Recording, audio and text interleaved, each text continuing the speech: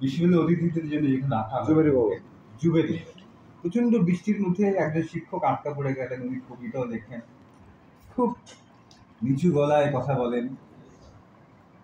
উনি অনেকক্ষণ আমার সঙ্গে কথাবার্তা বলার পর বললো যে আপনার গালে মিল এগুলো আমি পড়েছি, তবে আপনার নামে আরেকজন মার্কসকে নিয়েও বই লেখে, ওনার বইও আমার কাছে আছে। এখন আমি এটা হলো আজকে থেকে বছর 7-8 আগে, এইটা একটা ভয়াবহ রকমের ধাক্কা দিল। মানে এটা প্রতিষ্ঠিত বিশ্বাস যে মীরকে নিয়ে, গালিবকে নিয়ে, মনসুর হাল্লাজকে নিয়ে যে লিখবেন, সে তার সঙ্গে মার্কসের কোনো সম্পর্ক থাকার কোনো প্রশ্ন নেই। তো জলজ্যান্ত মানুষটার সামনে বসে আছে, কিন্তু ওনার চোখ এটা বিশ্বাস করতে পারলো না যে এই দুটো বিষয় নিয়ে যে লিখবে। এসে পড়েন ঢোকার পর কোথায় বসবেন দেখা যাবে, একেবারে ওখানে বলবেন না, তাহলে আবার অন্যদের পর হয়ে যাবে। সেখানে এসে পড়ে, এই যে ভিতর জায়গা আছে, কিন্তু ভিতর জায়গা আছে।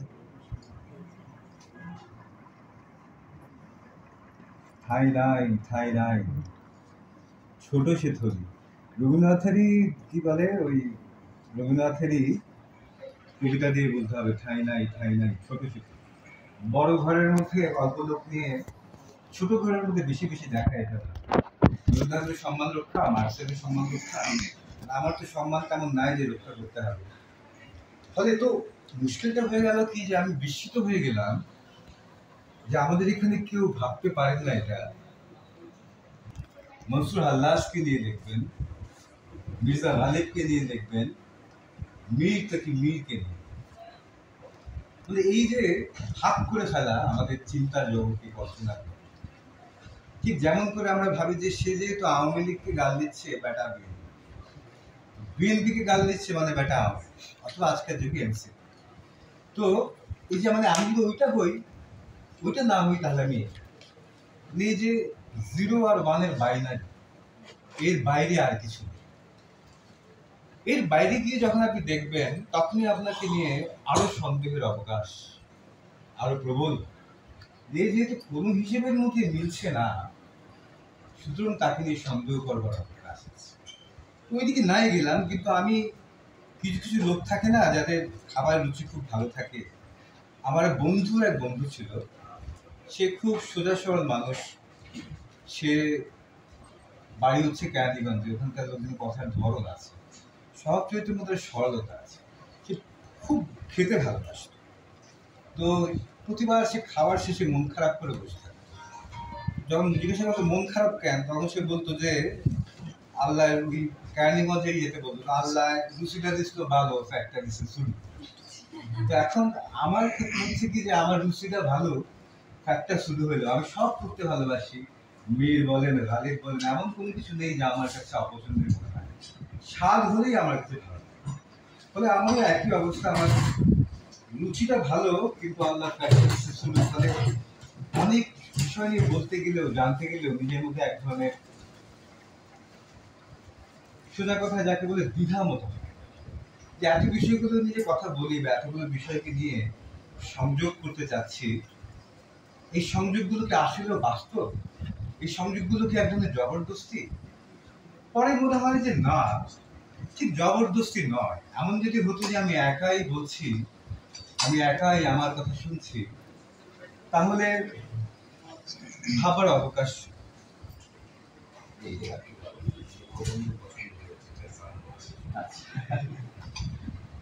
কারণ কি লাগবে আপনাদের মনে হয়? বাইরে যদি কেউ, বাইরে কেউ শুনতে চাই, বাইরে লোক আছে, বাইরে দিয়ে। তো যখন আপনাদেরকে দেখি, তখন মনে হয় যে একটা বই লেখার মজা আছে, আনন্দ আছে। একটা বই তার নিজের একটা জীবন চক্র আছে। আপনি একবার লিখে ফেললেন, এবং লিখে ফেলার পর আপনি জানেন না সেই বই কোথায় যাবে, কোথায় গিয়ে তার পরিণতি হবে। লেখক জানেন, প্রকাশক জানেন। কিরকম, ওই যে একটা অ্যারো অ্যান্ড সং নামে একটা কবিতা আছে, ওয়ার্ডসওয়ার্থের বোঝায়, যে আমরা তীর ছুঁড়ে দিলাম, সে তীর আমার চোখের সামনে থেকে হারিয়ে গেল। আমি জানি না সে তীর কোথায় গিয়ে তার শেষ পরিণতি। আমি একটা গান গাইলাম, ওই গানটা আমার ঠোঁট থেকে ছুটে চলে গেল, আমি জানি না তারপর সে গান কোথায় যায়। বহুদিন পর আমি অরণ্যের ভেতরে গিয়ে দেখলাম একটা গাছের গায়ে আমার বহুদিন আগে ছুঁড়ে দেয়া সেই তীর আটকে আছে একটা গাছের গায়ে। আর বহুদিন পর দেখলাম যে আমার সেই বহুদিন আগে গাওয়া কোনো একটা গান, সেই গানটা কোনো এক বন্ধুর ঠোঁটে তার হৃদয়ে সে গান হয়ে গেছে। আপনি যখন একটা কবিতা লিখবেন, যখন একটা গল্প লিখবেন, যখন আপনার একটা বই ছেপে বের হবে, আপনি জানেন না তার পরিণতি কোথায়, কোথায় গিয়ে সে গল্প, সে গান, সে কবিতা, সে বই ঠাঁই নেবে, তার আশ্রয় কোথায়, শেষ আশ্রয় আমরা কেউ জানি। যখন এই কথাগুলো শুনতে আপনারা জড়ো হন, তখন আমার গল্পের মতো মনে হয় যে এই গল্পগুলো সবই আমাদের ভারতীয় পুরাতন গল্প। জাতকের মধ্যে পাবেন, মহাভারতের মধ্যে পাবেন, রামায়ণের মধ্যে পাবেন, আমাদের লোকমুখে ছড়িয়ে থাকা মানুষের মুখে মুখে গল্পগুলো পাবেন। বলছে যে মানুষের সঙ্গে এক মানুষের দেখা কেমন করে, সে সাক্ষাৎ কেমন করে। মহাভারতের মধ্যে বলছেন এক ঋষি যুধিষ্ঠিরকে যে দেখো, মহাসমুদ্রের মধ্যে ঢেউ, এক জায়গা থেকে এক ঢেউ চলতে থাকে, চলতে চলতে সেই ঢেউ কোথায় গিয়ে পৌঁছয় আমরা কেউ জানি। পৃথিবীর দুই প্রান্ত থেকে মহাসমুদ্রের, পৃথিবীর দুই প্রান্ত থেকে মহাসমুদ্রের দুই ঢেউ, দুই স্রোত, দুই টুকরো কাঠকে বয়ে নিয়ে আসে। এরকম একটা অজস্র কাঠ, মহাসমুদ্রের অসংখ্য স্রোত তার নিজের সঙ্গে বয়ে নিয়ে যায় অজস্র কাঠের টুকরো। জগৎ ভেবে ছড়িয়ে থাকা এই মহাসমুদ্রের স্রোত, তাদের মধ্যে বয়ে আসে ঢেউয়ের মধ্যে দিয়ে কাঠের টুকরো। যেমন করে এই স্রোতের মধ্যে বয়ে আসে দুটো কাঠের টুকরো, একের সঙ্গে অপরের দেখা হয়ে যাওয়া একটা বিস্ময়কর ব্যাপার। কোন পৃথিবীর কোন প্রান্তে স্রোতে একটা কাঠের টুকরো রওনা দিয়েছিল স্রোতে ভেসে ভেসে, পৃথিবীর অপর প্রান্ত থেকে অপর একটা স্রোতের মধ্যে আরেকটা কাঠের টুকরো রওনা দিয়েছিল কত বছর আগে, কেউ জানে। সেই দুটো ভিন্ন ভিন্ন স্রোতের বয়ে নিয়ে আসা দুটো কাঠের টুকরো একের সঙ্গে অপরের দেখা হয়ে যাওয়া যেমন বিস্ময়কর, অস্বাভাবিক। এই যে আজকে এতগুলো মানুষ আমরা এখানে আছি, আমাদের এতগুলো মানুষও ঠিক এরকম মহাকালের স্রোতে, সময়ের স্রোতে ভাসতে ভাসতে কেমন করে ভাবুন তো এক জায়গায় সেখানে এসে জড়ো হয়ে গেছে। আমরা কেউ কাউকে চিনতাম না বছর কয়েক আগে, অনেককে হয়তো আমি এখনো চিনি, অনেকে হয়তো আমাকে আজকে প্রথমবারের মতো দেখছেন। কিন্তু ভাবুন ঠিক কবে এই কালের মহাস্রোতের মধ্যে দিয়ে আমরা দুই টুকরো কাষ্ঠখণ্ডের মতো রওনা দিয়েছিলাম, আজকে আমাদের ঠিক এখানে দেখা হবে। ফলে এই যে ক্ষণিকের দেখা, এই ক্ষণিকের দেখাটা খুব হালকা কথা, মানে সোজা কথায় বললে এটাকে মনে হবে যেন একটা নিয়তির মতো। আমরা পেছন দিকে যদি তাকাই, এই আজকের দিনে আমাদের দেখা হয়ে যাবে বলে প্রত্যেকটা জিনিস যেন এরকম ভাবে তৈরি হচ্ছে। এটা দর্শনের একটা খুব চমৎকার ফ্যালাসি, যে আপনি আজকে যদি তাকিয়ে দেখেন, আজকে ঠিক এখানে বসে আছেন, পেছন দিকে তাকিয়ে দেখলে মনে হবে যে পৃথিবীর আপনার প্রত্যেকটা কর্মকাণ্ড এই কারণেই ঠিক ওই রকম হয়েছিল যাতে আপনি আজকে এখানেই থাকেন। এটা দর্শনের একটা ধাঁধার ফ্যালাসি, এটাকে সত্য বলে মনে করার কোনো কারণ নেই। কারণ নেই যে তেমন না, কারণ মানুষের চিন্তার ভাবনার যে অপূর্ব সূক্ষ্মতা থাকতে পারে, এই ধরনের বিচিত্র ভাবনাগুলো আপনাকে সেই ভাবনার সূক্ষ্মতা রাখতে। যখন আপনি তাকিয়ে দেখবেন আপনার চতুর্দিকে মানুষের শুধুমাত্র খাই খাই ছাড়া জগতে আর কোনো দর্শনের উপস্থিতি নেই, তখন আপনার কাছে মনে মনে খারাপ লাগতেও পারে যে এরকম সূক্ষ্ম চিন্তা করতে পারে যে প্রাণী, সেখানে তার কোনো জগৎব্যাপী খাই খাই ছাড়া আর কোনো কিছুই আজকে চিন্তা করছে না। কি বিস্ময়কর ব্যাপার। তো আজকে যখন কথা বলতে নিচ্ছি তখন দুটো নাম এখানে আসলো। আমি গতকাল রাতে কি বলবো ভাবতে গিয়ে নিজেকে ঝুঁকির মুখে বলছি। আমি রবীন্দ্রনাথকে কখনোই কিছু বলি না, প্রসঙ্গক্রমে রবীন্দ্রনাথ আসেন, রবীন্দ্রনাথকে কিন্তু আলাদা করে কখনো কিছু বলবেন। আবার তার সঙ্গে যখন মার্কসের নাম ধরে, 5 তারিখে মার্কসের জন্মদিন গেছে 5 মে, আর গতকালকে গেল 25শে বৈশাখ। ফলে দুটোকে সামনে রেখে আয়োজকরা এই 3 দিন ব্যাপী অনুষ্ঠানগুলো আয়োজন করেছে। ফলে আজকে যখন আমি বলতে দিচ্ছি, আমি গতকালকেও বলেছি যে এই বিষয়টা মার্কস থেকে শুরু করে রবীন্দ্রনাথ পর্যন্ত ঘোরাঘুরি করবে। আমি বলিনি কি নিয়ে বলবো, কারণ রবীন্দ্রনাথ নিয়ে বলতে গেলে আমার কিছু সংকোচ হয়। সংকোচ হয় দুটো কারণে। রবীন্দ্রনাথকে নিয়ে বলবার মতো সুন্দর মতো লোকের অভাব থাকতে পারে, রবীন্দ্রনাথকে নিয়ে বলবার মতো লোকের কোনো অভাব।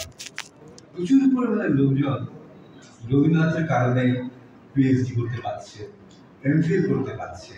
রবীন্দ্রনাথ নিজে যদিও পড়ালেখা বিশেষ ফর্মাল পড়ালেখা বিশেষ করেননি, রবীন্দ্রনাথকে নিয়ে পিএইচডি করবার লোকের কোনো অভাব পাওয়া যায় না। এখন পর্যন্ত প্রথম টার্গেট পিএইচডি করতে গেলে বাংলা ভাষা ও সাহিত্যের মধ্যে বেচারা রবীন্দ্রনাথ। তো এখন রবীন্দ্রনাথ যদি কোন কথাটা বলতে যাবে, আর তার সঙ্গে যদি আবার জড়ো হয় মার্কস নামে একটা ব্যক্তি, যাকে একটু আগেই বললাম যে আমাদের এখানে চিন্তা ভাবনা যেখানে ব্যাপারটাই হয়ে গেছে এরকম যে কিছু মানুষ ভাবতেই পারে না যে মনসুর আল্লাহকে নিয়ে বলবে, তার মধ্যে আবার মার্কস কেন, যে মার্কসকে নিয়ে বলবে তার মধ্যে মালিক কেন। ফলে এই যে বাক্সবন্দি করে ফেলা প্রত্যেকটা চিন্তা, এটা ভয়াবহ রকমের একটা মানসিক জায়গা থেকে বিচ্ছিন্নতা।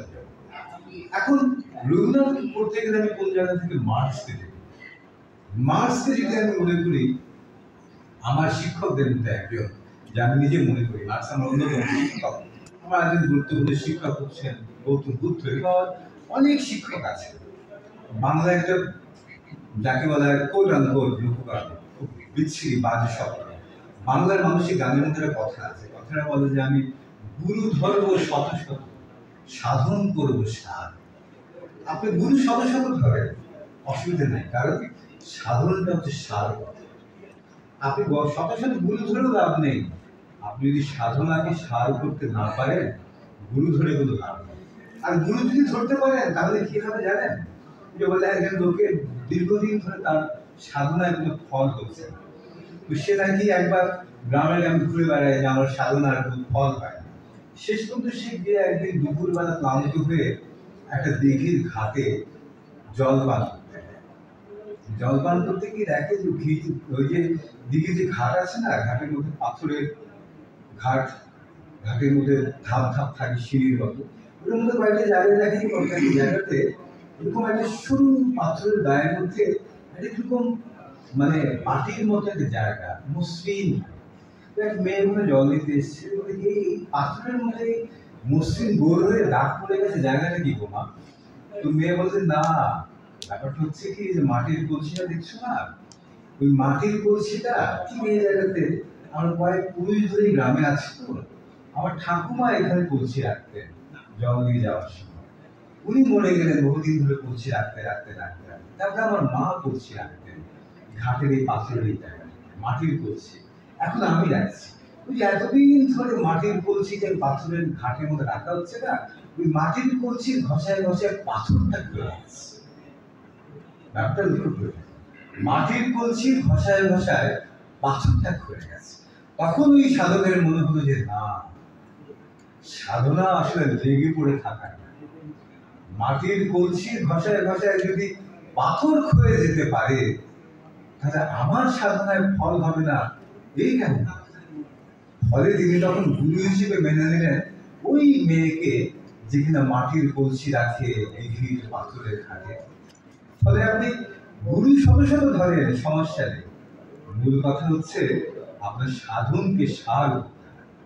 এখন সাধন সারের ক্ষেত্রে গুরু শত শত ধরলেও কোনো সমস্যা নেই, কিন্তু যখন এরকম দুজন গুরুর কথা বলবেন, যারা একজনের নাম রবীন্দ্রনাথ ঠাকুর, আরেকজনের নাম মার্কস, এই দুজনকে মেলাবেন। একটা কবিতা আছে, কবিতার লাইফে ছিল উনি মেলাবেন, তিনি মেলাবেন ঝোড়ো হাওয়া আর কি, ধন্যবাদ, পুরো বাড়ি আর ঝোড়ো হাওয়া মেলাবেন তিনি মেলাবেন। আর কে মেলায় রবীন্দ্রনাথের সঙ্গে মার্কস? আরেকটা গল্প, মহাভারতের মধ্যে যুধিষ্ঠির যুদ্ধ শেষ 18 দিনে, মহাভারতের যুদ্ধ। একদিকে 11 অক্ষর যদি শুনি, আরেকদিকে 7 অক্ষর। ইস, হাজার হাজার লক্ষ লক্ষ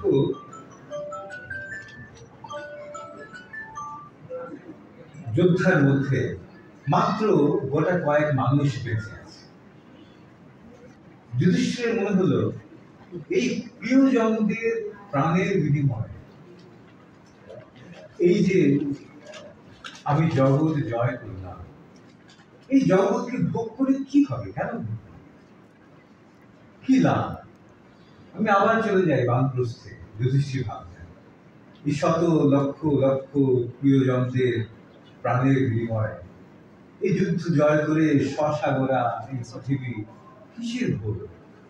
কে তাকে ভোগ করবে? কোন আনন্দ নিয়ে তাকে? তখন যুধিষ্ঠিরকে ঋষি বলছেন, জীবনে কি যুধিষ্ঠির তোমায় বলি শোনো। মনে করে একজন অরণ্যের ভিতর দিয়ে পা দিচ্ছে, ওই অরণ্যের পথ ছেঁচে হঠাৎ করে সে অরণ্যের ভিতর দিয়ে চলতে গিয়ে হোঁচট খেয়ে সে ওই অরণ্যের ভিতরে পুরোনো একটা কূপ জানেন তো, কুয়া, কূপের মধ্যে পড়ে, অনেক পুরনো কূপ। ওই কূপের মাথা জংলায় লতায় পাতায় ঢেকে গেছে, বাইরে থেকে তাকে দেখা যায় না, চেনা যায়। ফলে হোঁচট খেয়ে শেষে কূপের মধ্যে পড়ে গেল। পড়তে গিয়ে ওই কূপের চারপাশে যে লতা পাতাগুলো ছিল, সে পড়ে যেতে নিয়ে লতায় পাতায় তার পা আটকে গিয়ে সে অধমুখ হয়ে, অর্থাৎ মুখ নিচে পা উপরে একটা লতায় জড়িয়ে গিয়ে ঝুলে গেল। মুখে দিয়ে দেখে কূপের তলায় একটা বিষধর সাপ ফুসফুস করছে। তার মানে কূপের মধ্যে উল্টো হয়ে ঝুলছে, লতায় পা বাঁধিয়ে, তলায় একটা সাপ, বিষাক্ত সাপ।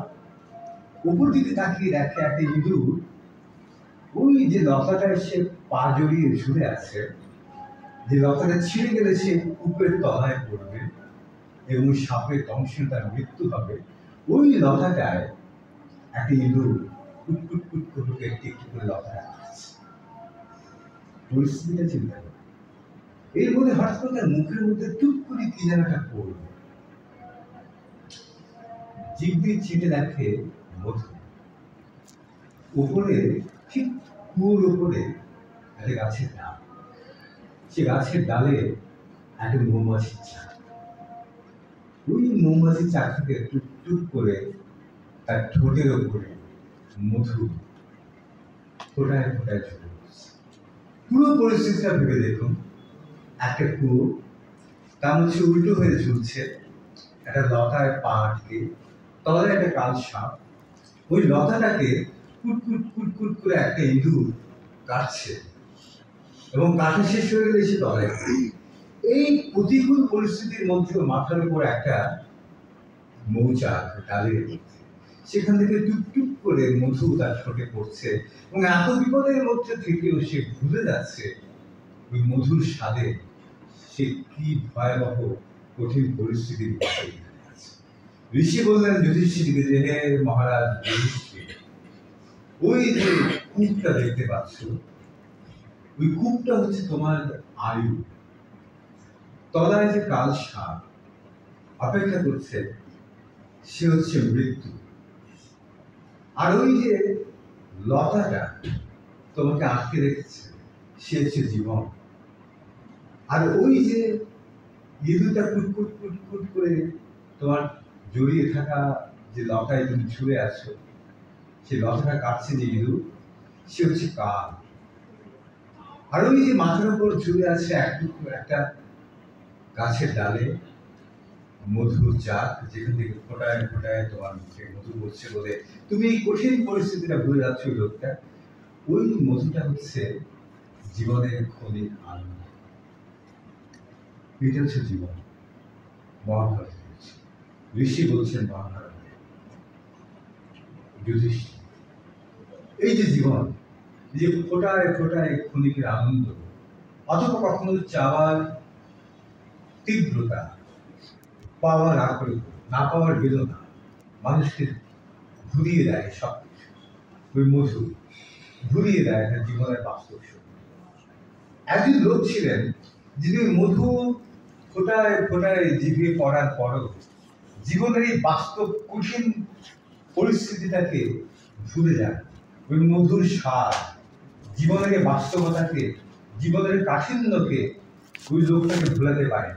ক্ষণিক চাওয়ার, ক্ষণিক পাওয়ার এবং না পাওয়ার বেদনাগুলো ওই লোকটাকে ভোলাতে পারেন জীবনের বাস্তব সত্যটাকে। ঝরে পড়া মধুর ক্ষণিকের আনন্দ তার জীবনের কঠোর সত্যকে ভুলিয়ে দিতে ব্যর্থ হয়েছিল। এরকম একজন মানুষ ছিলেন। সেই মানুষটার নাম হচ্ছে কার্ল মার্কস। তিনি বাস্তব সত্যগুলোকে বুঝতে পেরেছেন। তিনি বুঝতে পেরেছিলেন যে আমাদের চারপাশে যা কিছু রয়ে গেছে, ওই ক্ষণিকের চাওয়া পাওয়া গুলোর মধ্যে দিয়ে আমরা জীবনকে প্রতি মুহূর্তে সংকুচিত করে ফেলি। ঠোঁটের মধ্যে ওপর দিকে ছড়ে পড়া ফোটায় ফোটায় মধুকেই আমরা জীবনের একমাত্র বাস্তব সত্য বলি। আসলে কিন্তু সেটা বাস্তব সত্য নয়। বাস্তব সত্য হচ্ছে সবগুলো মিলিয়ে যে জীবনের প্রকৃত বাস্তবতা, সেটাই হচ্ছে জীবনের একেবারে প্রকৃত অর্থ। সবগুলোকে মিলিয়ে জীবনকে অর্থ বলে চলতে হয়। ফলে এখন একটা প্রশ্ন আমার কাছে প্রায় মনে হয়, কি বেশি দিন টিকবে? কার বেশি গুরুত্ব সমাজের মধ্যে, পৃথিবীর মধ্যে, মানুষের সভ্যতা ইতিহাসের মধ্যে কি বেশি দিন টিকবে? কার্ল মার্কস নাকি রবীন্দ্রনাথ? আপনাদের কি মনে হয়? এটা নিয়ে যদি আপনাদেরকে প্রশ্ন করি, আপনার কি কেউ কথা বলবেন? কেউ বলবেন না। মানে যেহেতু আমরা কষ্ট করে এসেছি, আপনি কথা বলবেন এটাই নির্ধারিত। ব্যাপারটা কেমন? আমরা কেউ কেউ ছাদ ছেড়ে বেরোবো না? বলেন তো কে টিকবে? রবীন্দ্রনাথ বেশি দিন টিকবে মানুষের সভ্যতায়, নাকি মার্কস টিকবেন বেশি?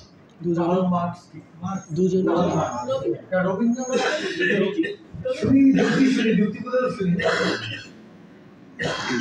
যুক্তি কি? দুজনেই টিকতে পারে, কারণ দুজনের দুইটা ধারা। কারণ একজন দার্শনিক দিক দিয়ে, আর একজন দেখা যায় যে বাস্তবতা, মানে কঠিন বাস্তবতাগুলো, মানে একটা সময় হয় কি যে কঠিন বাস্তবতাগুলো নিতে নিতে নিতে মাঝে মাঝে একটু ইটাও লাগে, ওই রসটাও লাগে। ওই রসটার জন্য হয়তো মাঝে মাঝে রবীন্দ্রনাথের কাছে যাওয়া, বা যে কোনো কবি, সেটা রবীন্দ্রনাথ হতে পারে বা উর্দু কবিদের কাছে যেতে হতে পারে। মাঝে মাঝে হোস্টেল বের হয়ে চাচ্ছেন খাওয়াগুলো ঘটনা হবে। জীবন কঠিন, একটু মাঝখানে রবীন্দ্রনাথ করে একটু জীবনটা হালকা হয়ে যাবে। আচ্ছা, ওগুলি স্বীকার করেছে। Very good. আপনি খুবই নিঃসংকোচে জবাব দিলেন। এর জন্য অন্যরা দিক না দিক, আমিও একটা হাত রাখি। তার চেয়ে বড় কথা, ও কিন্তু বয়স বেশি না। বুড়া লোকটা বুঝে গেছে দুনিয়াতে আর কয়দিন আছে, কিন্তু সে তার জীবনে একটু আছে। ও বলতে গেলে আমি ভালো হতো, আমার সবাই বছর পাঁচেক পরে এই সম্পর্কে সে গুরুত্বপূর্ণ মতামত দেবে বলে আমার মনে হয়। ফেসবুক যেহেতু আছে, সেটা হচ্ছে দুদিন পরে আমার ধারণা রবীন্দ্রনাথ এবং কার্ল মার্কসের গুরুত্বপূর্ণ মতামত। আপনি বলেন, আপনি বলে বলছেন মার্কস আর রবীন্দ্রনাথ। হ্যাঁ, মার্কস দুজনেই দার্শনিক, কিন্তু রবীন্দ্রনাথের একটা আধ্যাত্মবোধ আছে যেটা সময়কে পার করা যাবে। কার্ল মার্কসের যে ধ্যান ধারণা বা কার্ল মার্কসের যে তত্ত্ব, এই তত্ত্ব একটা একটা শ্রেণী, যতদিন শ্রেণী থাকবে, শ্রেণী বিভাজন থাকবে, একটা টাকসার সংস্কৃতি থাকবে, পুঁজিবাদী সংস্কৃতি থাকবে, সে পর্যন্ত।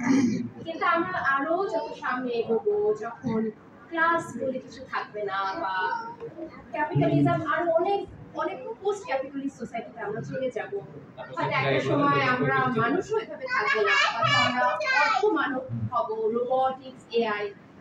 তখন আমার মনে হয় পৃথিবীটাকে তখনও রবীন্দ্রনাথের দর্শন এবং আধ্যাত্মবাদ দিয়ে অনেক বোঝা যাবে, যেটা ব্যাখ্যা করা যাবে, বোঝা যাবে, যেটা হয়তো কার্ল মার্কসের তত্ত্ব দিয়ে তত্ত্বটা বোঝা যাবে। রাইট। তৃতীয় কোনো মত? তৃতীয় কোনো মত? আমার মনে হয় কার্ল মার্কস বেশি দিন টিকে থাকবে। কার্ল মার্কস বেশি দিন টিকে থাকবে কেন মনে হয়? কারণ হচ্ছে মার্কসের যে দর্শনটা, সেটা হচ্ছে রাজনৈতিক দর্শন, আর রবীন্দ্রনাথ শুধু সাহিত্য নিয়ে আছে। আর যদি মানে বৈশ্বিক পরিসরে যদি চিন্তা করেন তাহলে রবীন্দ্রনাথ শুধু মানে বাঙালিদের মধ্যে বেশি চর্চিত আছে, কিন্তু মার্কস কিন্তু মানে সব দেশেই আছে। মানে সেই অ্যাঙ্গেল থেকে যদি দেখি আমার মনে হয় মার্কস মানে রবীন্দ্রনাথের চেয়ে বেশি দিন টিকে থাকার সম্ভাবনা বেশি।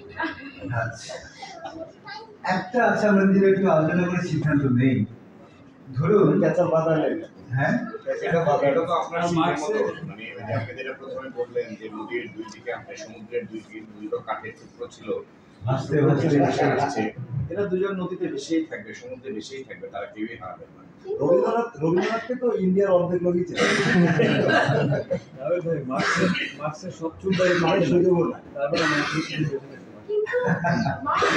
মার্কস আমরা বলি রাজনীতি নিয়ে কথা বলে, কিন্তু মার্কস কিন্তু একদম বেসিক লেভেলে মানুষ নিয়ে কথা বলে। সমাজ নিয়ে মানুষ নিয়ে কথা বলে। মানুষ থাকলে মার্কস বলে যে মানুষের চাওয়া মানুষ হচ্ছে রাজনৈতিক পার্টি। স্ট্রাগলটা কোথায়, এবং রবীন্দ্রনাথ কিন্তু ওই মানুষের স্ট্রাগল নিয়ে কথা বলে।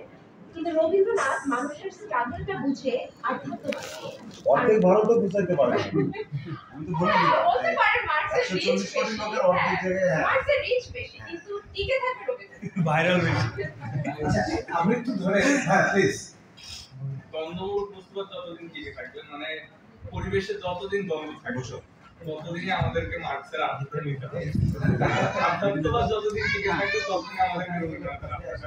আমরা এবার একটু ভিন্নভাবে বিষয়টাকে বিবেচনা করি। ধরুন একটা ব্যাপার হলো এরকম যে ওর কোথাও ভেতরে এই এর মধ্যে বদ্ধ জায়গায় ওকে আটকে রাখা ঠিক না। ও আসলে বদ্ধ জায়গায় বসে থাকার মতো বয়স এখনো হয়নি। সময়টাও না, সময়ও না, বয়স বিকাশটা তো এরকম বদ্ধ জায়গায় বদ্ধ জায়গায় জন্য না। ইয়েস, তাই না? সে বুঝে ফেলছে। এবার আমরা গতি নিয়ে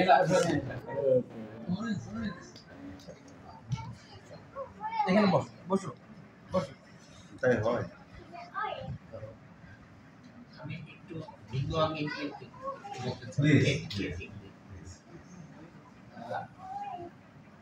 আমাদের ড্রাগন রুটিয়ার কর্মকাণ্ডের জন্য তৎকালীন সমাজ আর মূল ফোকাসে থাকে। হ্যাঁ মোট আছে হ্যাঁ। কেন আমার পয়েন্টটা কেন বলছি সেটা যাও। তৎকালীন সমাজ তাকে তার কর্মক্ষেত্রে ওই এলাকায় তাকে কবরস্থ করতে দেয় না। সে ভিন্ন জেলায় হুগলিতে তাকে অনেক নির্জন জায়গায় তাকে কবর দিতে হয়েছে। আর লালন শাহ তার কর্মকাণ্ড একই রকম বিরোধিতার সম্মুখীন হয়েছে। এই যে দুইজন ব্যক্তির নাম বললাম, তারা যে একটা কালকে খণ্ডিতভাবে হলো তারা যে জয় করেছে, এই জয়ের বিষয়টার সাথে এই মার্কস এবং রবীন্দ্রনাথের বিষয়টা জড়িত। এটা কিন্তু আমি আপনি ঠিক করে দিতে পারবো না যে আরো 10 কোটি লোকের কাছে রবীন্দ্রনাথ যাবে কিংবা আরো 10 বছর রবীন্দ্রনাথ বাঁচবে, এটা মনে হয় কোনো মানুষ পারবে না, আমরা ঠিক করে দিতে যাচ্ছি না, বা আমরা ঠিক করে দিলেও যে তারা হারিয়ে যাবেন বা চলে যাবেন তা না। ঠিক কি হিসেবে আমরা মতামত যাচ্ছি, আমরা ভাবনা। আরেকটা অ্যাঙ্গেল আছে যে ভাষার যে রাজনীতি, যে মার্কস হলো একজন ওয়েস্টার্ন সোসাইটি থেকে এসেছে এবং আমরা ঔপনিবেশিকতার শিকার, এবং রবীন্দ্রনাথ হলো রবীন্দ্রনাথের ভাষা বাংলা। রবীন্দ্রনাথের বাংলা ভাষাটা যদি একটা ইংরেজি হতো, সে যদি একজন ইংলিশ ম্যান হতে, তার থিওরি তার চিন্তা ভাবনা মার্কসের থেকে আরো অনেক বেশি। মার্কস জার্মান ভাষা, বাংলার চেয়ে অনেক অল্প লোক কথা বলে। মার্কস জার্মানি বলেছে, বাংলা ভাষায় বেশি বলে, কিন্তু পাশ্চাত্যের একটা হেজেমনি আছে। ভাই মানুষ যতদিন আছে মার্কস ততদিন থাকবে। কারণ আচ্ছা, এবার আমরা একটু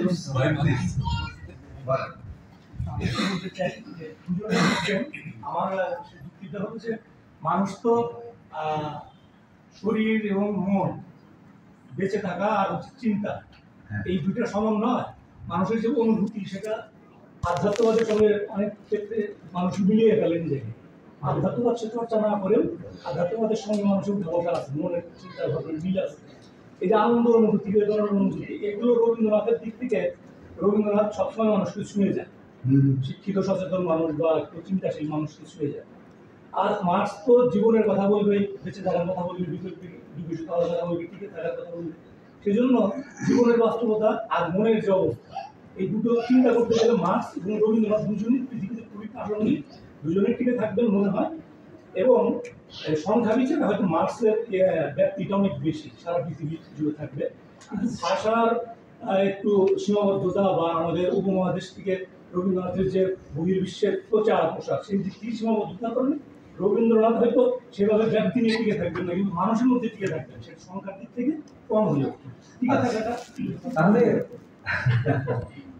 আমরা এটার ব্যাপারে যাই যে ধরুন আমরা যখন আসলে দুজনকে নিয়ে কথা বলছি, দুজন ব্যক্তি, আমরা ব্যক্তির মধ্যে যেন হারিয়ে না যায়, দুটো আসলে দুটো ধারার প্রতিনিধিত্ব করেছে। আমার নিজের এরকম মাঝে মাঝে মনে হয় যে নিজে পুঁজিতান্ত্রিক সমাজের দার্শনিক, মানে তিনি পুঁজিতান্ত্রিক সমাজের মহত্তম ফলগুলোর মধ্যে একটা হচ্ছেন কার্ল মার্কস।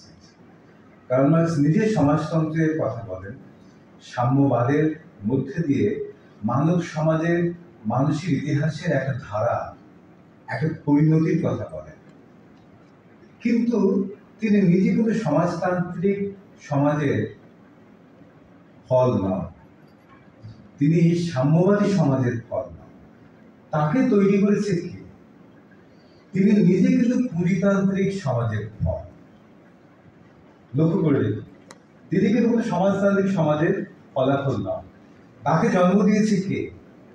তাকে জন্ম দিয়েছে একটা পুঁজিতান্ত্রিক সমাজ। এই পুঁজিতান্ত্রিক সমাজের মধ্যে দিয়ে তিনি জন্মেছেন এবং তিনি মানুষের সমাজের ভেতরে অসঙ্গতিগুলোকে দেখতে পেয়ে মানুষের সমাজের ইতিহাসের ভবিষ্যৎ নিয়ে তিনি শঙ্কিত হয়েছেন এবং তিনি এই পর্বটাকে অতিক্রম করবার জন্য অনুসন্ধান করেছেন একটা পথ। এখন এমন কি হতে পারে, আপনারা যদি নিবিড়ভাবে মার্কসকে একটু অধ্যয়ন করেন তাহলে দেখবেন যে তিনি বলছেন যে এই যে সমাজটার কিছু বৈশিষ্ট্য আছে। একটা অন্যতম বৈশিষ্ট্য হচ্ছে এই সমাজের মধ্যে প্রত্যেকটা মানুষ যে কাজ করে সেই কাজের উপরে, সেই কাজের ফলাফলের উপর তার কোনো মালিকানা নেই। যে জিনিসটা দিয়ে সে উৎপাদনগুলো করে, কাজগুলো করে, ওই জিনিসগুলো, ওই সম্পদগুলো, কাঁচামালগুলোর উপর তার কোনো অধিকার নেই, তার কোনো এখতিয়ার নেই। এর ফলে কি হয় জানেন? যেহেতু মানুষ নিজের কাজের মধ্যে দিয়ে নিজেকে সৃষ্টি করে।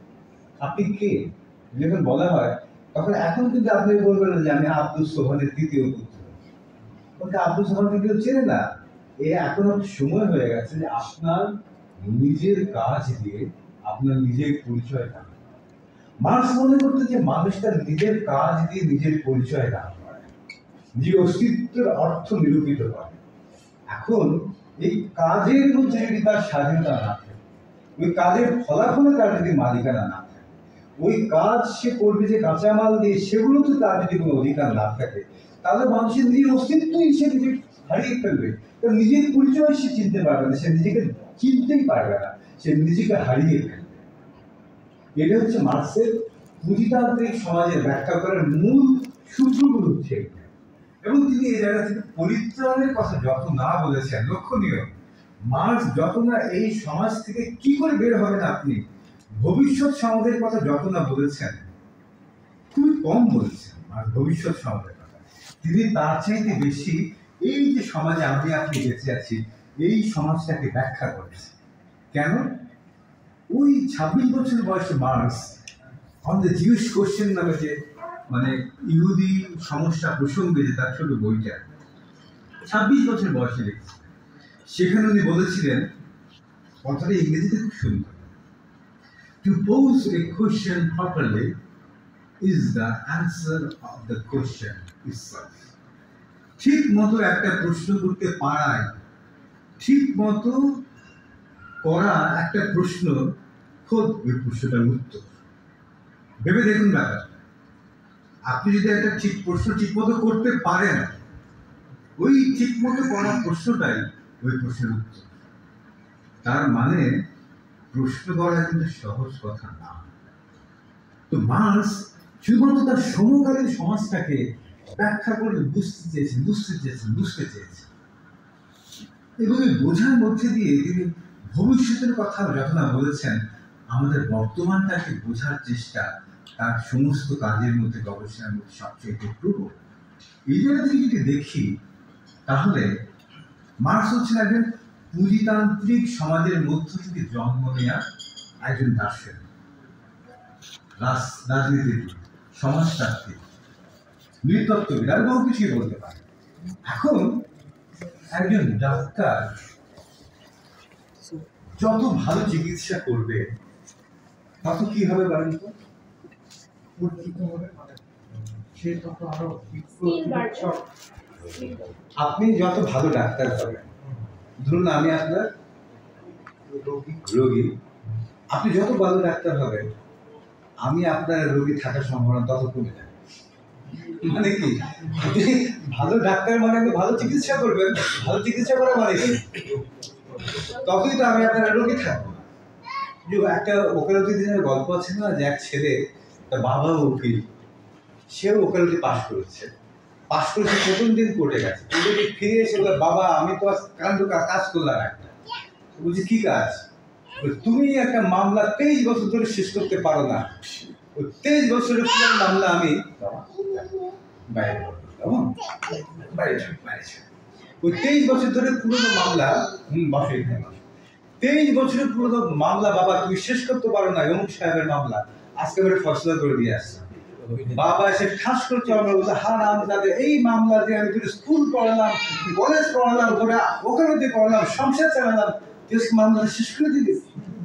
তার মানে কি হবে? আপনি মামলা শেষ করে দিতে হবে না, আমি ভালো উকিল হলে মামলা থাকবে না। ঠিক তেমনি আপনি যদি ভালো ডাক্তার হন, তার মানে কি, আমি আপনারা রোগী থাকবো। আমি যদি দীর্ঘদিন আপনার রোগী থাকি, তাহলে কি বুঝতে হবে যে আপনি আসলে আমার রোগ খুশি রেখে আপনার ছেলেকে বড় করছেন। সুতরাং আমি যত ভালো ডাক্তার হব, তত আপনি আর আমার রোগী থাকার সম্ভাবনা কমবে, তাই তো? ঠিক তেমনি মার্কস যদি পুঁজিতান্ত্রিক সমাজের থেকে জন্ম নেওয়া একজন ব্যক্তি হন এবং তিনি যদি পুঁজিতান্ত্রিক সমাজটাকে অতিক্রম করে যাওয়ার জন্যই আমাদেরকে পথ দেখিয়ে থাকেন, তাহলে পুঁজিতান্ত্রিক সমাজের পর্বটা পার হয়ে যাওয়ার পর প্রকৃত অর্থে রোগীর অসুখ ভালো হয়ে যাওয়ার পর যেমন আর ডাক্তারের দরকার থাকে না, ঠিক তেমনি পুঁজিতান্ত্রিক সমাজের পর্বটা পার হয়ে গেলেও প্রকৃত অর্থে মার্কসের আর প্রয়োজন থাকার কথা নয়। মার্কস হচ্ছেন এমন একজন দার্শনিক যিনি নিজের সফলতার মধ্যে দিয়ে নিজেকে নিশ্চিহ্ন করে দেন। নিজের সফলতার মধ্যে দিয়ে তিনি নিজেকে নিশ্চিহ্ন করে দেন। একটা চমৎকার কবিতায় বলে যে মিলা দে আপনি হস্তি কো के खाक में मिलकर ही दाना गुले गुलजार होता है। নিজের অস্তিত্বকে মিলিয়ে দাও। ওই যে বীজ দেখতে পাচ্ছ, সে বীজ মাটির মধ্যে বাগানে মিশে গিয়েই ফুল বাগানকে চিত্র বিচিত্র রঙিন ফুলে ফুলে ভরিয়ে তোলে। আপনি একই সঙ্গে বীজ অক্ষুণ্ণ রাখতে চাইবেন, আবার চাইবেন ফুল বাগানে রকম বেরকমের ফুল ফুটুক, এটা সম্ভব না। ঠিক তেমনি মার্কস পুঁজিতান্ত্রিক সমাজে জন্ম নেয়া, পুঁজিতান্ত্রিক সমাজের একজন দার্শনিক, একজন সমাজচিন্তক, অনেক কিছুই বলতে পারেন। পুঁজিতান্ত্রিক সমাজে যখন পার হয়ে যায়, তখন আসলে আর মার্কসের কোনো প্রয়োজন থাকে না। ভেবে দেখুন, রবীন্দ্রনাথের একটা চমৎকার গান আছে যে বধূ তোমায় করব রাজা তরু তরে, বন ফুলের বিনোদ মালা দেহ গলে, সিংহাসনে বসাইতে। কারো জানাচ্ছে গানটা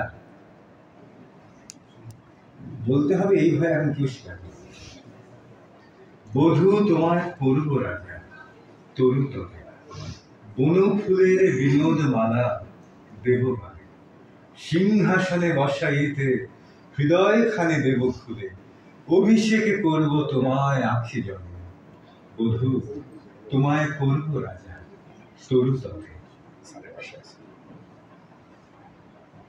এখন এই যে তরুতলের কথা বলছেন রবীন্দ্রনাথ, লক্ষ্য করে দেখুন এর মধ্যে কেমন যেন একটা সারল্য আছে। তিনি তার প্রিয়কে বলছেন তাকে তিনি স্বর্ণের সিংহাসনে বসাবেন। তিনি তাকে বসাবেন কোথায়? তরুতল, গাছের তলে বসে। বধূ তোমায় করব রাজা তরুতলে, বনফুলের বিনোদ মালা দেব। তিনি তার মাথায়, তার প্রিয়র মাথায়, তার বধূর মাথায়, বধূর শিরে স্বর্ণের অজস্র মণি মাণিক্যে ভরা মুকুট পরাবেন না। কিসের মুকুট পরাবেন? বনফুলের বিনোদ মালা। বিনোদ শব্দটাকে সুন্দর শব্দ, নন্দর সঙ্গে যার সম্পর্ক, আনন্দের সঙ্গে যার সম্পর্ক, প্রফুল্লতার সঙ্গে যার সম্পর্ক, এর সম্পর্ক বহুমূল্য রত্ন খচিত মুকুটের সঙ্গে নয়। এজন্য বনফুলের বিনোদ মালা। যে নগরের সঙ্গে যে রাজার সম্পর্ক, সেই নগর গড়ে ওঠে অরণ্যকে ধ্বংস করে দিয়ে। রবীন্দ্রনাথের প্রিয়কে তিনি সেই নগর সৃষ্টি করা অরণ্যকে ধ্বংস করে তার মধ্যে স্বর্ণের বহু মূল্য রত্ন খচিত সিংহাসনের মধ্যে তার প্রিয়কে বসাবেন। তিনি তার প্রিয়কে কোথায় বসাবেন? তরুতলে। মাথায় কি দেবেন? স্বর্ণের মুকুট নয়, বনফুলের বিনোদ মালা। সিংহাসনে বসাইতে কি করবেন তিনি? সিংহাসনে বসানোর বদলে হৃদয়খানি দেব খুলে। আমি তাকে সিংহাসনের বসানোর বদলে আমার প্রিয়কে আমার হৃদয়টা খুলে দেব। সে হৃদয়ের মধ্যে সে তার আসন। অভিষেক করব তোমায় আখি জলে। অভিষেক করার জন্য পবিত্র বাড়ি সিঞ্চন করা হয় রাজাকে অভিষেক করার জন্য। রবীন্দ্রনাথ তার প্রিয়কে কোথায় বসাবেন? কিসের সিংহাসন? হৃদয়ের মধ্যে বসাবেন। সে হৃদয় তো রত্নখচিত স্বর্ণের সিংহাসন নয়। সে হৃদয়ে বসাতে হলে যে রাজাকে হৃদয়ে বসাতে হয়, যার গলায় বনফুলের বিনোদমালা দিতে হয়, তার মাথায় দেওয়ার জন্য বনফুলের বিনোদমালা রাখবে, তাকে অভিষেক করতে হলে পবিত্র জলের বদলে মাথায় সিঞ্চন করতে হয় কি? অভিষেক করব তোমায় আখি জলে। চোখের জল দিয়েই এই রাজাকে অভিষিক্ত করতে হয়। যে রাজার সিংহাসন কোথায়? কোথায় রাজার সিংহাসন? হৃদয়ে। সিংহাসনে বসাইতে হৃদয় খালি দেব পেতে, অভিষেক করব তোমায় আখি জলে। এই যে অনুভূতিগুলোর কথা, এই অনুভূতিগুলো কিন্তু হাজার বছর আগেও ছিল। একজন মানুষ অপর একজন মানুষের জন্য যে অনুভূতি নিজের হৃদয়ের ভেতরে লালন করে, সে অনুভূতিগুলো হারিয়ে যায়। সে অনুভূতিগুলো এক একটা যুগে, এক একটা কালে ওই যুগের রং ধারণ করে। একটা বিজ্ঞাপন এরকম যে প্রেমিক প্রেমিকা পার্কের মধ্যে বসে আছে, তো প্রেমিকা বলছে প্রেমিককে, তুমি বিয়ে করে আমাকে কি দেবে? প্রেমিক বলছে, প্রতিদিন একটা লাল গোলাপ। প্রেমিকার ছটকা মেরে চুলগুলো গোলাপ। পেছন থেকে ভেসে আসলো, অমুক সিটির মধ্যে মাত্র এত টাকার মধ্যে ফ্ল্যাট, আপনার পরিবার গড়ে তোলার জন্য সুখের সংসারে অমুক জায়গায় এখনো ফ্ল্যাট বুকিং নেই। তার মানে এখানে প্রেম চিরন্তন রয়ে গেছে ঠিকই, কিন্তু সেখানে গোলাপের জায়গায় একটা ফ্ল্যাটের চাবি অনেক বেশি কার্যকর, তাই না? অথবা বিজ্ঞাপনগুলো খেয়াল করে দেখবেন, যে সন্তান ঢাকা শহরে থাকে, বড় চাকরি করে, দেখাচ্ছে যে পাশ দিয়ে এরকম আপনার টাই পড়া কটকট করে হাঁটছে, এটাকে কি যেন চোখে মুখে কথা বলছে, কতজন সঙ্গে মিলিকে বলছে, প্রেজেন্টেশন দিচ্ছে। ওদিকে পেছনে দিকে দেখা গেলো গ্রামের বাইরের মধ্যে তার বাপ একেবারে বুক চেপে ধরে আনোয়ার হোসেনের মতো উড়িয়ে পড়ে যাচ্ছে। ওদিকে ফোন গেল তার এক্সিকিউটিভ ইয়ের কাছে, ছেলের কাছে, ছেলে সাই করে প্লেন দিয়ে আসতো, সঙ্গে সঙ্গে অ্যাম্বুলেন্সে করে একটা বড় হাসপাতালের মধ্যে ঢুকানোর পর একটা ইউনাইটেড হসপিটাল। বাবা আপনার দায়িত্ব আমাদের বলে তিনি চলে গেলেন ভেতরে, বুঝলেন তো? ওই সঙ্গে সঙ্গে পর দেখা গেল যে ওই অসুস্থ বাবা ফিক ফিক করে হাসছে, পাশে গর্বিত ছেলে দাঁড়িয়ে আছে, ওখানে বলছি ইউনাইটেড হসপিটাল, আপনার বিরাট দায়িত্ব।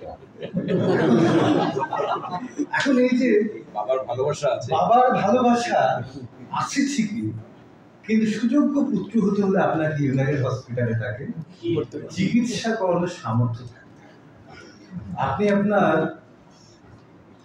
যাকে ভালোবাসেন, ভালোবাসা থাকলে ভালো, না থাকলেও মাঝে মধ্যে চলে, তবে ফ্ল্যাটের চাবিটাকে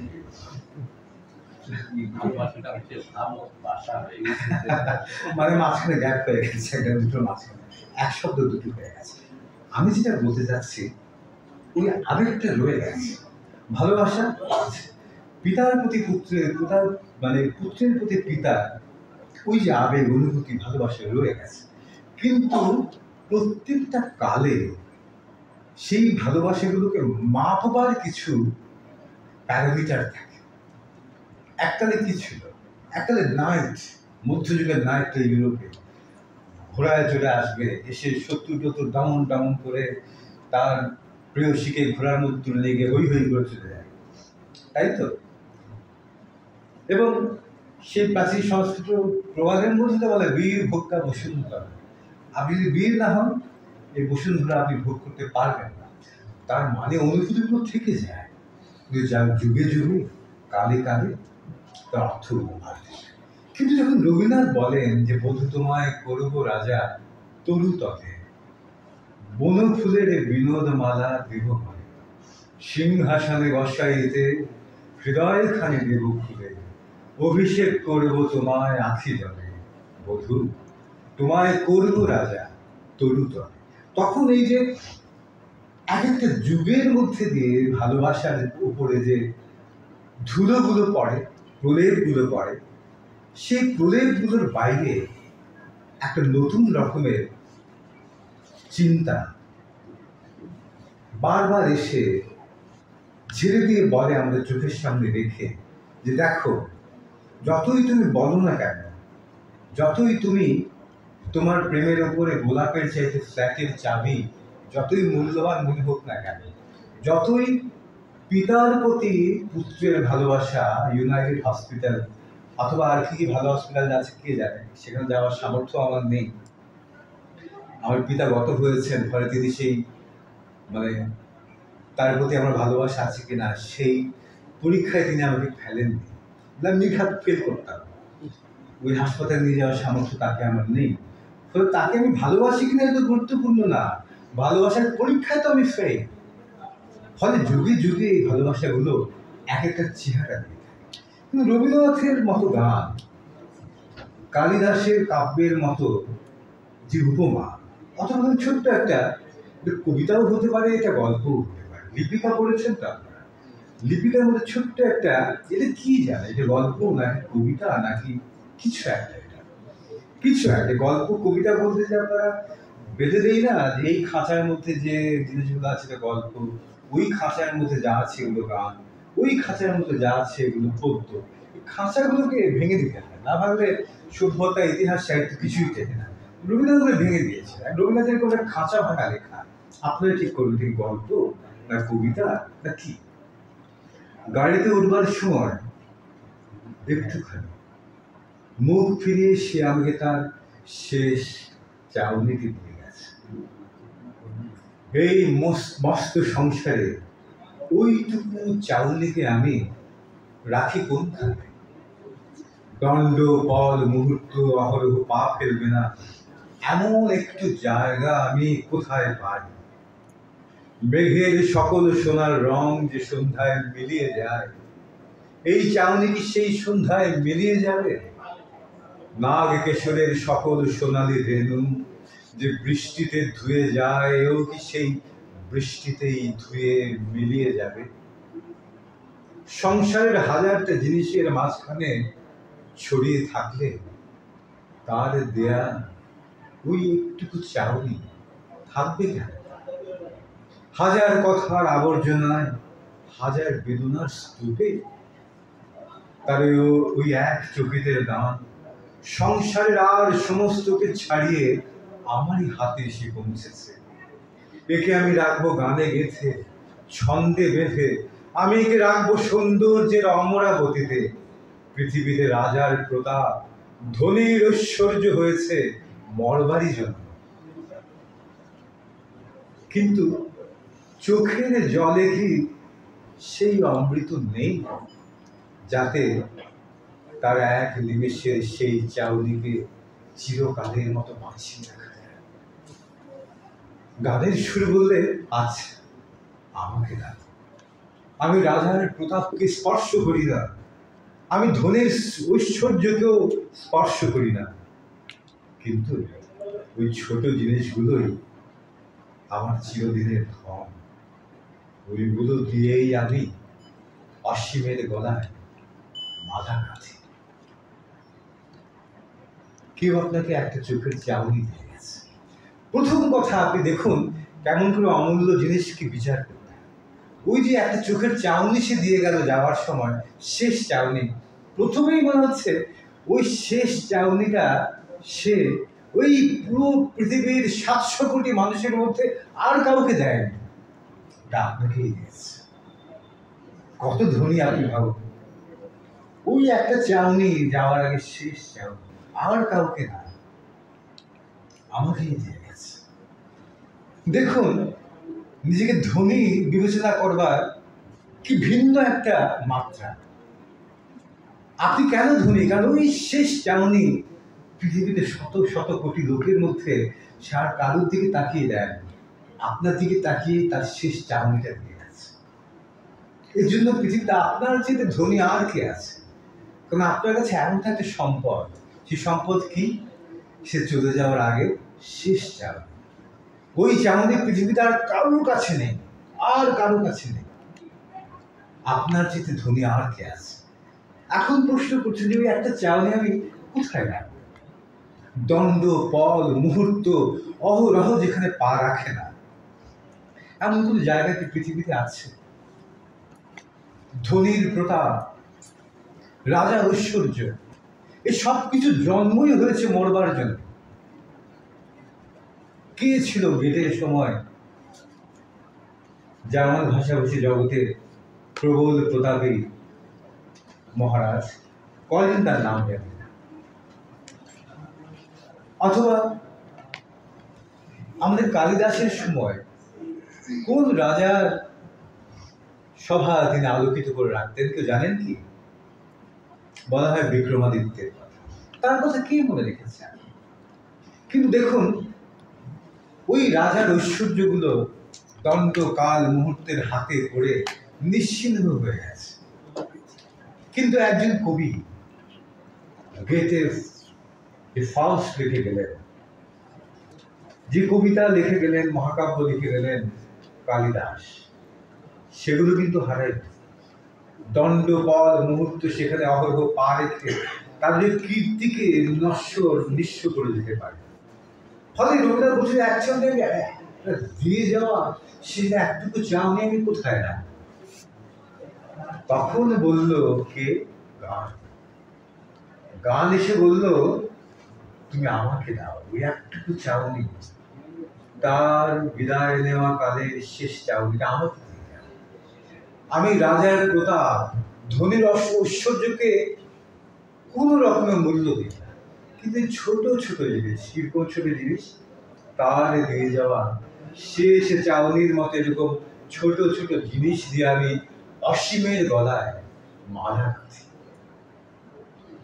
ফলে আমি যা বলতে চাচ্ছি, ওই যে চলে গেল দণ্ডপল মুহূর্তের মধ্যে দিয়ে আমাদের ভালোবাসা, প্রিয়র প্রতি আমাদের দরদ, আবেগ, পিতার প্রতি মাতার প্রতি সন্তানের ভালোবাসা, সন্তানের প্রতি মাতার বা পিতার ভালোবাসা, এগুলো প্রতি জীব ছিল, প্রতি কালে থাকবে। যদি না কোনো একদিন দেখা যাবে যে মানুষজনদেরকে আমরা ওই ল্যাবরেটরির ভিতরে জিন পুল তৈরি করে নিখুঁত মানুষ বের করছি কোনো একদিন, তখন হয়তো পিতা মাতার প্রতি ভালোবাসা, পুত্রের প্রতি পিতার, পিতার প্রতি পুত্রের, মাতার সন্তানের ভালোবাসার কোনো বাস্তবতা থাকবে কিনা আমরা জানি না। কিন্তু তার আগ পর্যন্ত তো এই ভালোবাসাগুলো থেকে যায়। মানুষের প্রতি মানুষ, বন্ধুর প্রতি বন্ধুর ভালো লাগা, পিতার প্রতি পুত্রের, পিতার পুত্রের প্রতি পিতা, মাতা কন্যা, প্রেয়সীর প্রতি প্রেমিকের, প্রেমিকের প্রতি প্রেয়সী থেকে যায়। কিন্তু কালে কালে এগুলোর মধ্যে এক এক কালে এক এক রকমের আগুন পড়ে। যে আগুনের কথা বললাম, যে গোলাপের সঙ্গে প্রতিদ্বন্দ্বিতা করে ফ্ল্যাটের চাবি, পিতার সঙ্গে পুত্রের ভালোবাসার সঙ্গে প্রতিদ্বন্দ্বিতা করে কয়েক লক্ষ টাকা, জানি না কত খরচ করে ইউনাইটেডে চিকিৎসা করানো যায় সেই ধন বয়স। ঠিক যেমন এককালে এই ভালোবাসার সঙ্গে প্রতিযোগিতা করতো রাজা যোদ্ধা হওয়ার কতটুকু সামর্থ্য আপনার আছে তার। এগুলো এক এক কালে এই ভালোবাসার উপরে ছাপ পড়ে, মানুষের দরদের প্রতি, আকাঙ্ক্ষার প্রতি এক একটা প্রলেপ পড়ে। কিন্তু কবিতা এই প্রলেপের ওপর দিয়ে গোলাপের সঙ্গে ভালোবাসার ফ্ল্যাটের চাবির প্রতিদ্বন্দ্বিতা, যে আসলে একটা নির্দিষ্ট কালের একটা ক্ষণিকের একটা পর্ব, ওইটাকে পার হয়েও যে ভালোবাসা নামে কিছু থেকে যায়। মানুষ যখন নিজের জীবনকে কেবলমাত্র ব্যাংকের মধ্যে কত হাজার কোটি টাকা জমাতে পারলো, আমি গরিব বলেই বলে কথাটা বলছি, এখন ব্যাংকে জমায় না, এখন ধনীরা খুব ব্যাংকই খেয়ে থাকে। তো কয়টা ব্যাংক আপনি খেতে পারলেন? লাঞ্চে একটা ব্যাংক, ডিনারের মধ্যে 5-6টা কারখানা খেয়ে ফেললেন, অপূর্ব রুচি আপনাদের, এরকম লোকের থাকে না? তো এর পরেও এগুলোই যে জীবনের মোক্ষ নয়। যে কোনো একটা কারণে মনে হতে পারে যে জীবনের মধ্যে আরো কোনো একটা বিপন্ন বিস্ময় কাজ করে, ধন সম্পদ এই সব কিছুতে পার হয়ে আরো কোনো একটা বিপন্ন বিস্ময় কাজ করে। ওই বিপন্ন বিস্ময়টার মানুষকে মুখোমুখি হতেই হয়। দেখবেন মানুষ একটা সময় দিয়ে যাওয়ার পর যে তারা সব কিছু পার হয়ে গিয়ে দেখবেন যে কোনো একটা মরমীবাদীর দিকে আশ্রয় নেওয়ার মধ্যে শান্তি খুঁজে পায়। কারণ একটা সময় কিন্তু মানুষের ওই প্রশ্নটা মাথায় আসে, এই যে অসীম মহাবিশ্ব, এই যে অসীম কাল, এই কালের অতীতে অনাদি, তার অন্ত নাই গো যে আনন্দে গড়া আমার অঙ্গ, তার অনু পরমাণু পেল কতই কি কতই আলোচনা। এই যে রবীন্দ্রনাথ বলছেন তার অন্ত নাই, আমার অতীত অন্তহীন, তখন আমি ছিলাম না, আমার সামনে ভবিষ্যৎ অন্তহীন, সেখানেও আমি থাকবো। এই অন্তহীন মহাকালের সমুদ্রের মধ্যে আমি ফুটে উঠেছি একটা বুদবুদের মতো। মহাসমুদ্রের মধ্যে যেমন করে বুদবুদ ফুটে ওঠে, আমার অস্তিত্ব, আমার জীবন এই অনাদি কালের মহাসমুদ্রের মধ্যে একটা বুদবুদের মতো। এর বেশি কিছু বলে মনে হয় মানুষ কিন্তু একটা সময় গিয়ে এই মহাকালের অনাদি অনন্তের মধ্যে নিজের এই বুদবুদের মতো অস্তিত্বকে নিয়ে, জীবনকে নিয়ে একটা বিস্ময়ের মুখোমুখি হয়ে যায়। সুখ নয়, শান্তি নয়, মনে কোনো একটা বোধ জন্ম নেয়। তখন সে ওই প্রশ্নের মুখোমুখি হয়ে যায়। ওই প্রশ্ন, যে প্রশ্নগুলো সে আড়াল করে রেখেছিল, কি জীবনের অর্থ, কেন আমি জন্মালাম, আমার জীবনের অর্থ কি, বেঁচে থাকার মানে কি? এই কাল আপনাকে ভুলিয়ে রাখবে। আপনি ব্যাংকে খেয়ে ফেলবেন লাঞ্চের মধ্যে গোটা কয়েক, আপনি ডিনারের মধ্যে গোটা 5 কারখানা খেয়ে ফেলতে পারবেন, যে কারখানাগুলোতে কয়েক লক্ষ শ্রমিকের জীবিকা জীবন নির্বাহ করত। সেই কারখানা দিয়ে আপনি এগুলোকে ব্যাকগ্রাফট করে দিয়ে, দেউলিয়া করে দিয়ে কয়েক হাজার কোটি টাকা রোজগার করে ফেলতে পারবেন। এগুলো দিয়ে আপনি প্রশ্নটাকে মাঝে মধ্যে ঢেকে রাখতে পারেন যে মহাকালের সমুদ্রের মধ্যে বুদবুদের মতো এই ক্ষণিকের আমার জীবনের আসলে কি অর্থ। কিন্তু একটা সময় গিয়ে কখনো কখনো মানুষের কোনো একটা মুহূর্তে মনে হয় এই জীবনের অর্থটা কোথায়।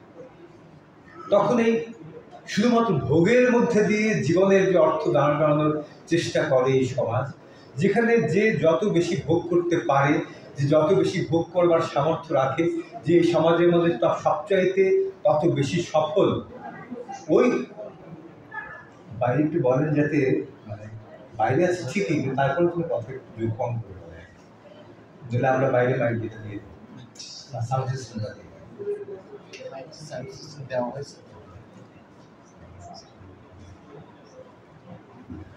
হ্যাঁ অবশ্যই। তো ফলে ওই প্রশ্নগুলো তার মুখোমুখি আসে। এই প্রশ্ন হচ্ছে এমন এক প্রশ্ন, এই প্রশ্ন আপনাকে কখনো ছাড় দেবে।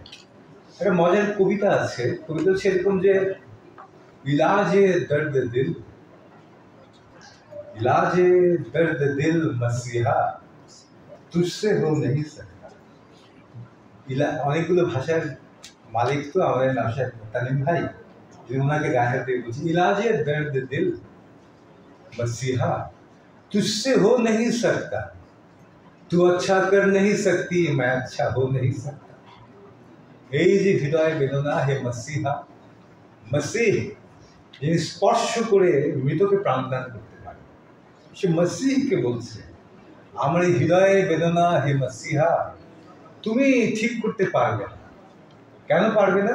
কারণ তু আচ্ছা কর नहीं सकती, मैं अच्छा हो नहीं सकता। তোমার পক্ষে আমার এই হৃদয় বেদনা প্রতিকার করা সম্ভব না। কারণ কি? কারণ আমার নিজের পক্ষে ওই হৃদয় বেদনাকে বাদ দিয়ে ভালো থাকা সম্ভব। ওই বেদনা কেউ একজন আমাকে দিয়েছে, আমি ভালো থাকার ছলে তার দেয়া বেদনাকে অস্বীকার করবো, ফেলে দেবো, ছুঁড়ে দেবো? হতে পারে।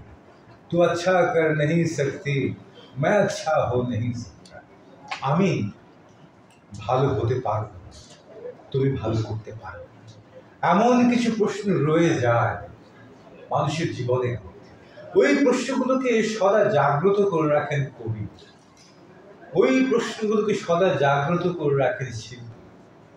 এবং যতক্ষণ পর্যন্ত প্রশ্নগুলোকে এই সমাজ ভুলিয়ে দিতে চায়, মানুষের জীবনের অর্থ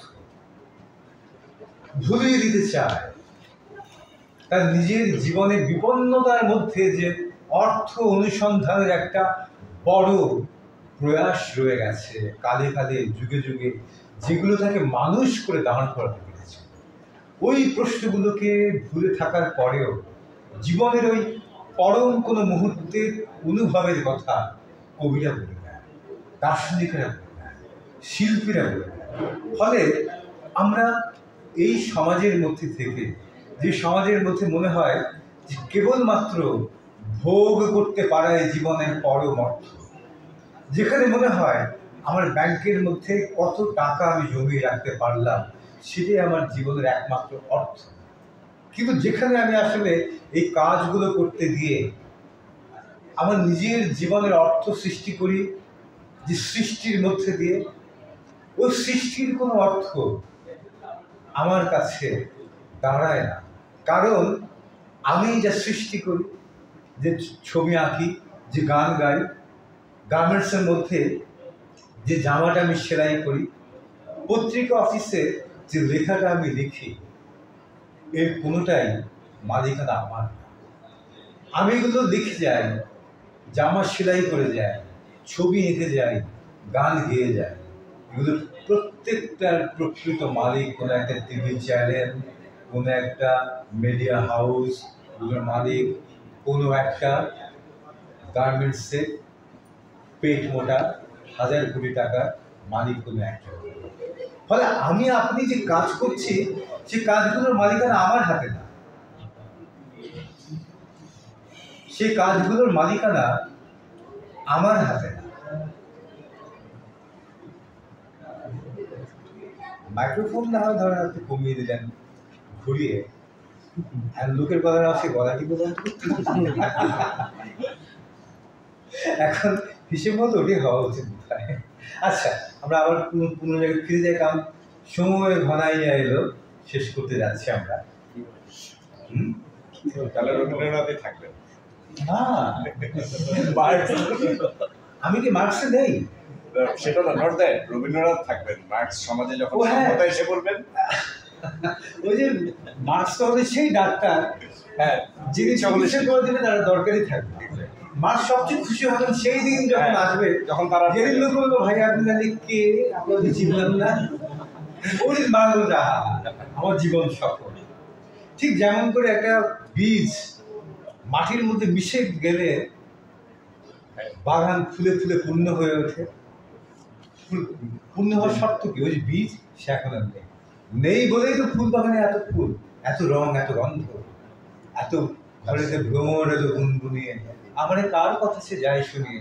তখন আমার ফুল বাগান দেখে অপূর্ব লাগে। ফুলের মধ্যে ভ্রমর আসতে মনে গালে হাত দিয়ে হাঁটবেন আপনি, ঘরেতে ভ্রমর এলো গুনগুনিয়ে, আমার কার কথা সে যায় শুনিয়ে। ওই যে ভ্রমর যে আসলে ফুলকে দেখতে এসেছে, ফুল যে ফুটেছে কোনো একটা বীজ ফুল বাগানের মধ্যে ধুলোয় মিশে গিয়ে, ওই বীজের কথা কেউ মনে করবে না। ওখানেই বীজের সার্থকতা, যে তার কথা কেউ আর মনে রাখে। সে ছিল একটা বীজ, এখন সে বাগান জুড়ে হাজার হাজার ফুল, এখন তার কথা আর কেউ মনে রাখে। ওটাই তো বীজের সার্থকতা। ফলে যখন এই মানুষগুলোকে আটকে রাখি আমরা, তার নিজের সৃষ্টির হাত থেকে তাকে সরিয়ে নিয়ে যখন আমরা তার জীবনকে বিচ্ছিন্ন করে ফেলি, খণ্ডিত করে ফেলি, যখন আমরা বুঝতে পারি না আমাদের জীবনের প্রকৃত অর্থে ওই বিপন্নতা আসলে আমাকে মহৎ করে তুলতে পারত, যখন আমরা বুঝতে পারি যে কিছু কিছু প্রশ্ন আছে যে প্রশ্নটা ওই প্রশ্নের উত্তরের চাইতেও গুরুত্বপূর্ণ, তখন মার্ক্সের মতো মানুষ এসে এই যে ভুলিয়ে রাখে আমাদেরকে ভোগের মধ্যে দিয়ে, ভুলিয়ে রাখে আমাদেরকে আমাদের জীবনের মহত্তম প্রশ্নগুলোকে, মার্ক্সের মতো কোনো একজন মানুষ থাকেন যিনি ওই ঠোঁটের ওপর চুইয়ে চুইয়ে পড়া ভোগের মধুতে, ব্যাংকের অ্যাকাউন্টে কত টাকা আছে সেই মধুতে ওই প্রশ্নগুলো আমাদেরকে ভুলতে দিতে চান না। তারা আমাদেরকে বলেন ওইটাই জীবনের শেষ কথা নয়। এবং রবীন্দ্রনাথের সঙ্গে যেখানে মার্ক্সের তফাৎটা, রবীন্দ্রনাথ খুব বেদনা পেয়ে বলতে পারেন যে বেদনা কি ভাষায় জায়গা ধরে। রবীন্দ্রনাথ বলেন যে তুমি বেদনা যে কথা বলছো, বেদনা বুঝতে পারছো না, তার কারণটা হচ্ছে তুমি যে জগতের মধ্যে বেঁচে আছো ওই জগৎ থেকে তুমি বিচ্ছিন্ন হয়ে আছো। বিচ্ছিন্ন হয়ে আছো কেন? কারণ এই জগতের সঙ্গে তোমার সম্পর্কটা পরোক্ষ হয়ে গেছে। তুমি যা তৈরি করো, তোমার সৃষ্টি কোথায় যায় তুমি জানো। তোমার সৃষ্টিতে তোমার কোনো মালিকানা নেই। তোমার সৃষ্টিতে তোমার নিজের জীবনের অর্থের মধ্যে দিয়ে তুমি তোমার নিজেকে গড়ে তোলার কথা, কিন্তু তুমি জানোই না তুমি কি সৃষ্টি করছো। ফলে তুমি জানোই না তুমি কে। রবীন্দ্রনাথ কাছে এসে মার্ক্স এই কথাটা বলেন যে তুমি নিজেকে চিনতে না পারার যে বেদনা অনুভব করো, এই বেদনার অনুভবটা শুধুমাত্র একার বেদনা নয়, ওই বেদনাটা তোমার চারপাশের জগতের সঙ্গে তোমার যে বিচ্ছিন্নতা হয়ে আছে, তুমি যে সৃষ্টি করছো ওই সৃষ্টির মধ্যে দিয়ে তুমি নিজের পরিচয়কে দাঁড় করতে পারছো না। কারণ তোমার সৃষ্টির তুমি নিজে মালিক নও। ফলে ওই সৃষ্টির মধ্যে দিয়ে তুমি যে নিজেকে সৃষ্টি করো সেই নিজেরও মালিক তুমি নিজে নাও। ফলে সুফিরা যখন খুঁজে বেড়ান, আত্মঅন্বেষণ করেন, নিজেকে খুঁজে বেড়ান। রবীন্দ্রনাথ যখন বলেন নয় নয় মধুর খেলা, তোমায় আমায় সকল জীবন, সারা জীবন সকাল সন্ধ্যা বেলা, নয় নয় মধুর খেলা, কতবার যে নিভল বাতি গর্জে এলো ঝড়ের রাতি, সংসারের এই খেলায় দিলে দুঃখ সুখের ঠেলা, নয় নয় মধুর খেলা, বারে বারে বাঁধ টুটেছে, বন্যা এসেছে, দিকে দিকে দারুণ দিনে কান্না উঠেছে, ওগো রুদ্র দুঃখে সুখে এই কথাটি বাজল বুকে, তোমার প্রেমে আঘাত আছে নেই কো অবহেলা, নয় নয় মধুর খেলা। রবীন্দ্রনাথ বুঝতে পেরেছেন এই যে জগতের সঙ্গে আমার খেলা, নিজের পরিচয় খুঁজতে যাওয়া, এটা মধুর খেলা না।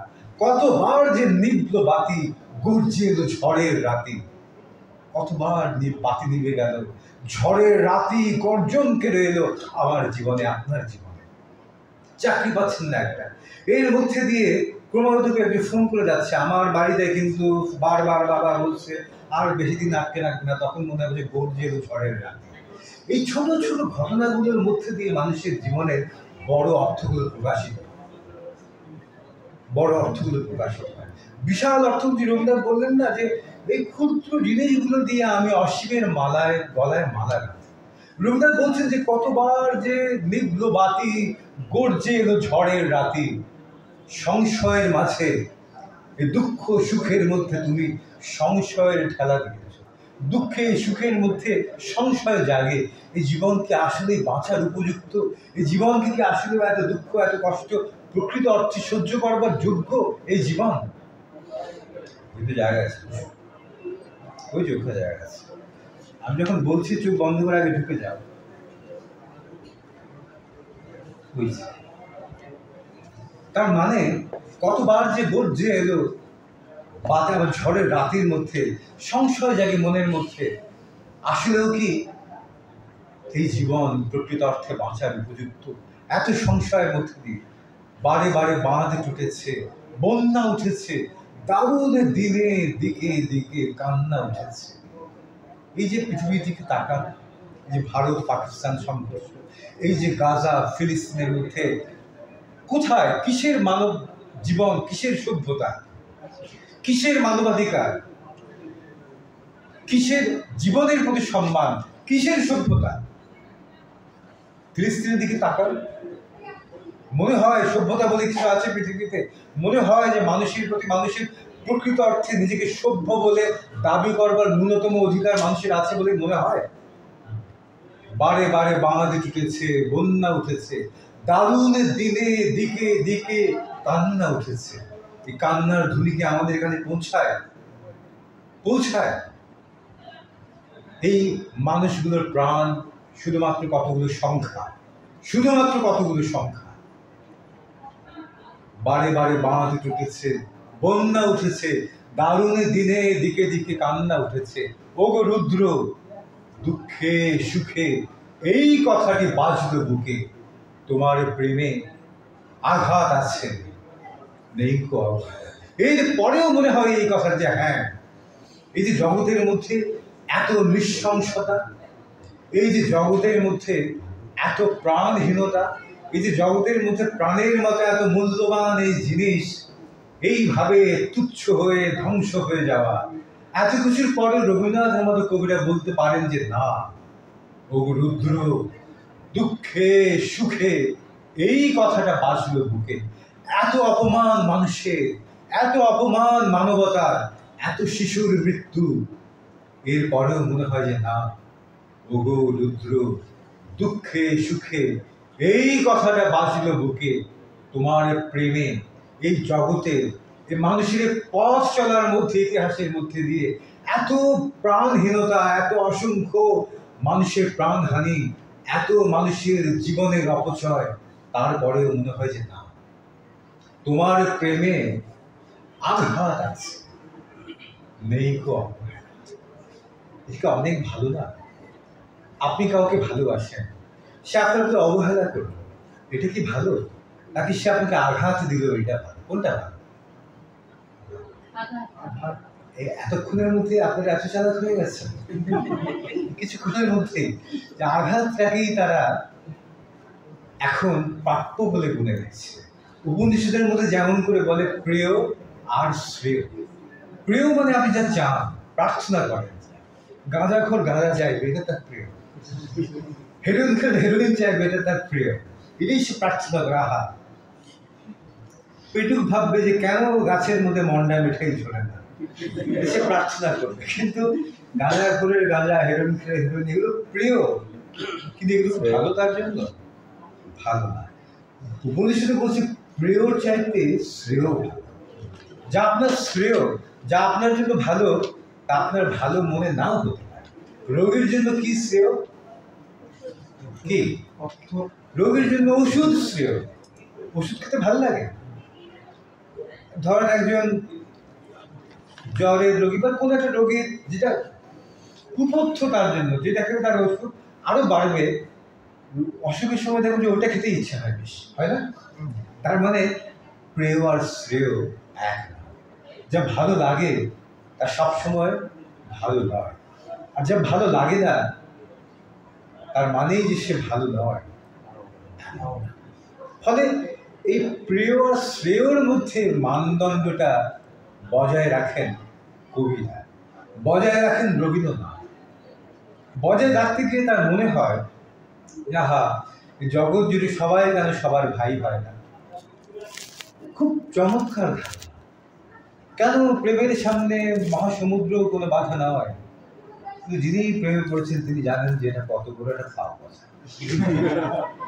কিন্তু তাই বলে কি কথাটা মিথ্যা? না, মিথ্যা। রবীন্দ্রনাথ এই কথা বলে যাবেন, কারণ কথা শুনে। আবার মার্কস বলে যাবেন যে কেন আসলে গোলাপের চাইতে কোনো একটা সমাজে ফ্ল্যাটের চাবি দামি হয়ে যায়। এই দুজনের পাশাপাশি থাকা খুব জরুরি। রবীন্দ্রনাথ বলবেন একটা ফুল বনের মধ্যে একটা গোলাপের দাম পৃথিবীর সমস্ত স্বর্ণ ভাণ্ডারের চাইতেও বেশি দাম। এই কথা রবীন্দ্রনাথ বলে যাবেন, এই কথা বলা দরকার দরকার। আবার অপরদিকে মার্কসকে দরকার এই কারণে তিনি বলবেন যে কেন ওই গোলাপের চাইতে ফ্ল্যাটের চাবি কোন উপায়ে, কোন রহস্যে, কিভাবে একজন মানুষের কাছে সমাজের একটা নির্দিষ্ট পর্যায়ে দামি বলে মনে হয় কেন। ফলে এই দুজনের দরকার আমাদের কাছাকাছি। ফলে বলতে পারেন রবীন্দ্রনাথ যে তোমার জ্ঞানী আমায় কঠিন তিরস্কার। রবীন্দ্রনাথ বলবেন ভালোবাসার কথা বলবেন, প্রেমের কথা বলবেন, বলবেন যে মানুষের কাছে আসলে মানুষের হৃদয়ের চাইতে বড় আর কিছু নেই। বিবাদে সে মনে হবে যে রাজার ঐশ্বর্যের চাইতে, ধনের প্রতাপের চাইতে কেউ একজন যাওয়ার আগে তার চোখের শেষ চাউনিটা এই 700-800 কোটি লোকের মধ্যে আমার দিকেই তাকিয়ে দিয়ে গেছে। শেষ চাউনিটা রবীন্দ্রনাথের মনেই হবে রাজার ঐশ্বর্যের চাইতে, ধনের প্রতাপের চাইতে আমাকে দিয়ে যাওয়া 800 কোটি লোকের মধ্যে কেবলমাত্র আমাকেই দিয়ে যাওয়া ওই চাউনিটার দাম অনেক অনেক বেশি। আবার মার্কসকে তখন বলতে হবে যে কেন ওইটার দাম তুমি নিজেকে এত ধনী মনে করবার পরও কেউ আমাকে মাঝে মধ্যে বলে আপনার ওই বইটা ভাই খুব ভালো লেখা হয়েছে। আমি মনে মনে এই বইটা ভালো লেখা হয়েছে, এই কথাটা আমি যে দোকান থেকে চাল কিনি সেগুলোটা কি মানে? অথচ বাদ দিলাম যে বাড়িতে আমি ভাড়া থাকি, ওই বাড়িওয়ালা আমি স্বীকার করে যে আমি খুব ভালো একটা বই লিখেছি। এবং সে কোনোদিন আমাকে বললাম যে ভাই শুনলাম আপনি নাকি খুব ভালো বই লিখছেন, এই মাসের ভাড়াটা ভাই দিতে হবে। কোনোদিন বলল না।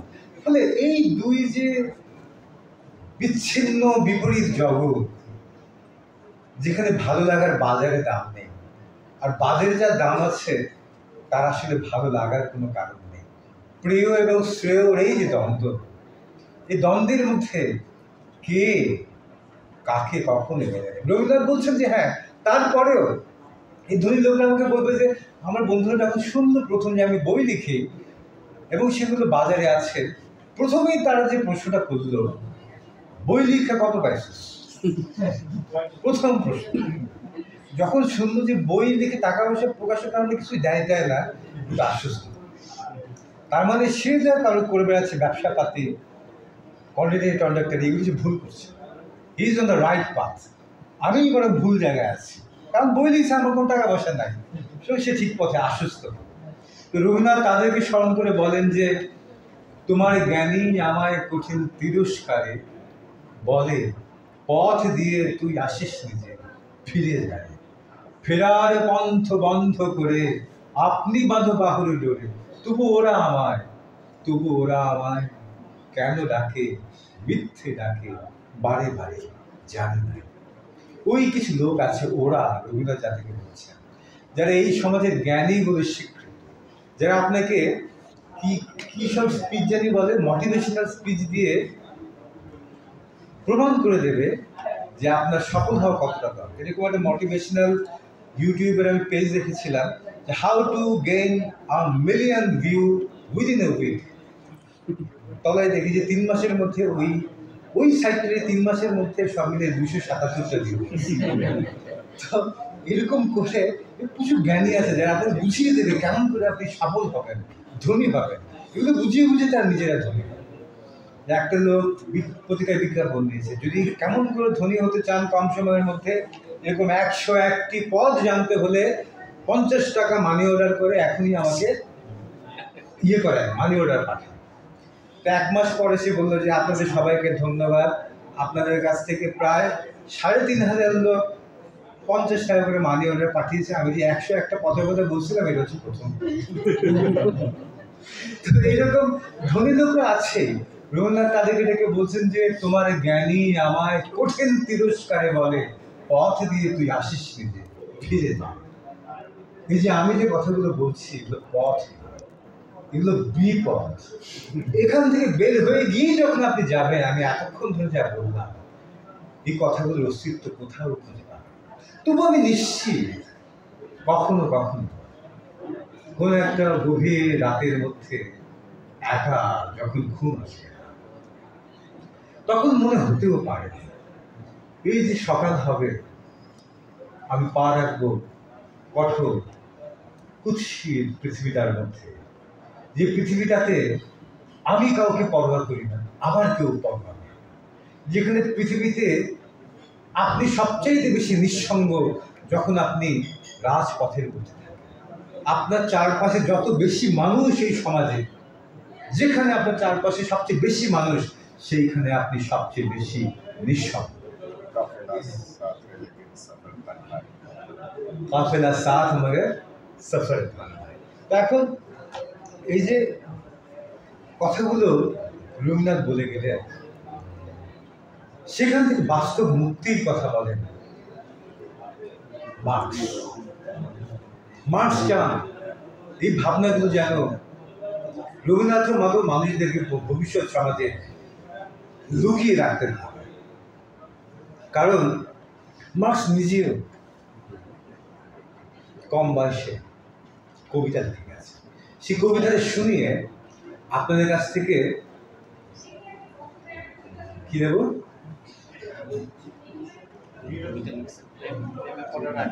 আগামী দেখার জন্য ছুটি।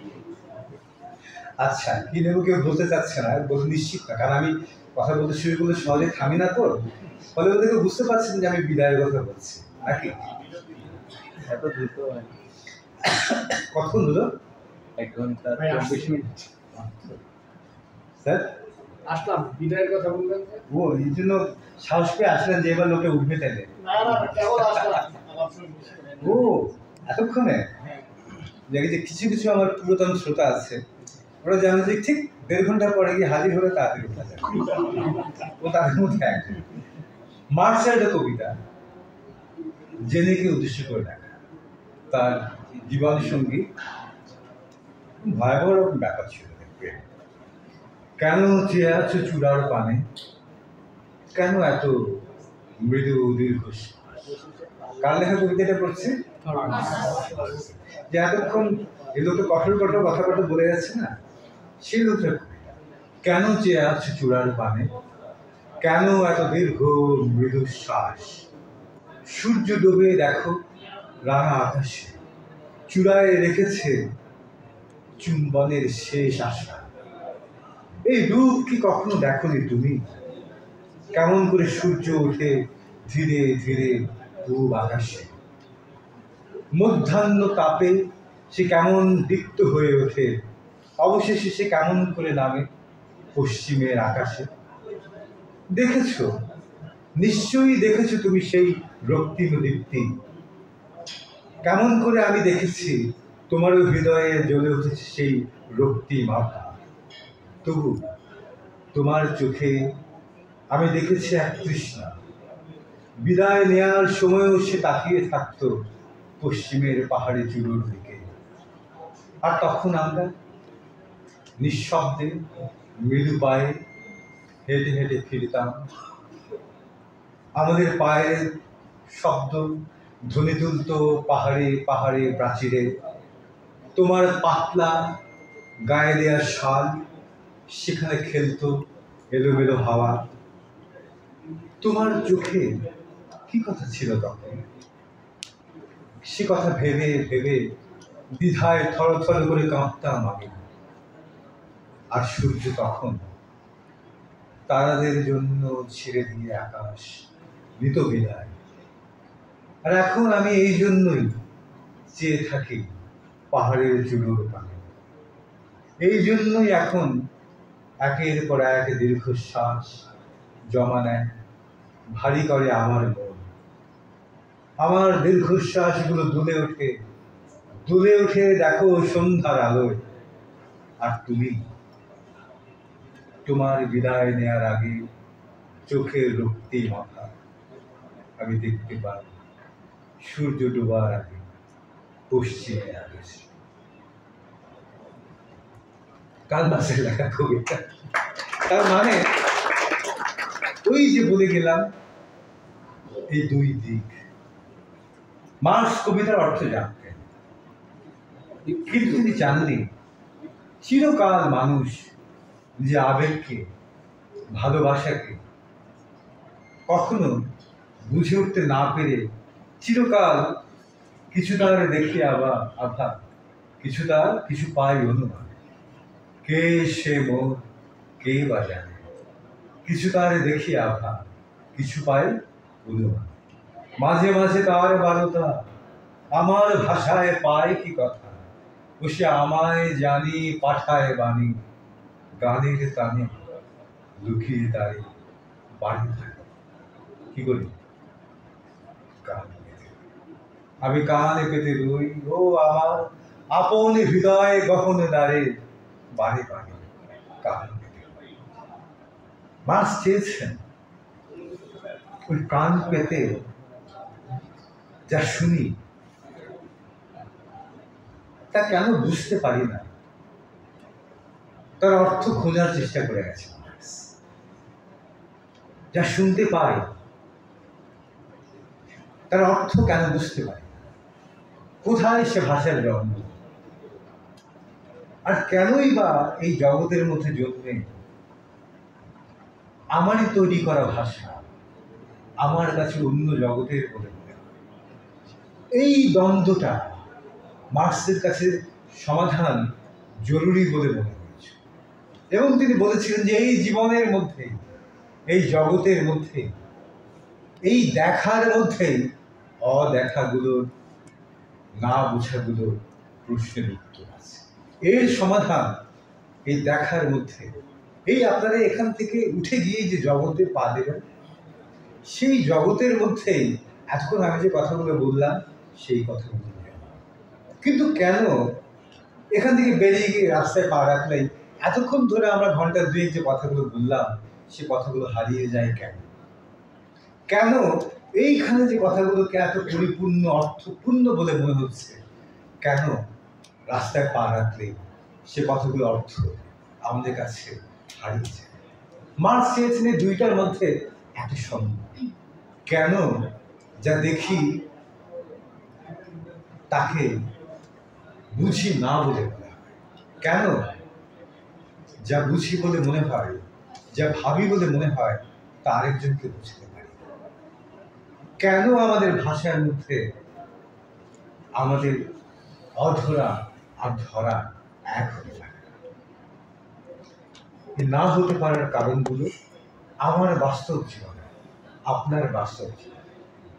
ফলে এটা উত্তর আমাদের বাস্তব জীবনের মধ্যেই খুঁজে নিতে হবে। মার্কস কবিদের জন্য পরিপূরক। কবিরা থাকবেন আরো দীর্ঘ দিন, কিন্তু তাদের কবিতা যেন কোনো গোলক ধাঁধার মধ্যে ঘুরে না পড়ে। অর্থের যেন ব্যক্তি বাড়ে, অর্থ যেন আমাদের কাছে একসময় অর্থপূর্ণ বলে মনে হয়। সেই জন্য বাস্তব জগৎটাকে বদলানোর প্রস্তাবনা দিয়ে দিয়েছিলেন কার্ল মার্কস। রবীন্দ্রনাথের জন্য, কবিদের জন্য ভবিষ্যৎ পৃথিবীকে উন্মুক্ত, আবরিত করবার পথ উন্মুক্ত করার চেষ্টা করে গেছে কার্ল মার্কস। ফলে এই দুজনের স্মরণ করে আজকের যে আয়োজন, সে আয়োজনে আপনারা এখানে সবাই এলেন ওই মহাকালের ভেসে যাওয়া কাঠের খণ্ডগুলো কেমনি করে আজকে এতগুলো কাঠের টুকরো এক জায়গায় পড়ে গেল কে জানে। কিন্তু মন্দ কিছু বোধহয় হয়নি না এতগুলো কাঠের টুকরো এক জায়গায় হওয়ায়। এতক্ষণ কাঠের টুকরোগুলো এক জায়গায় রইল, এখন আবার কাঠের টুকরোগুলো ভেসে যায় কালের সমুদ্রে। আপনাদেরকে ভেসে যাওয়ার জন্য আবার মুক্ত করে দেওয়া হবে। ধন্যবাদ।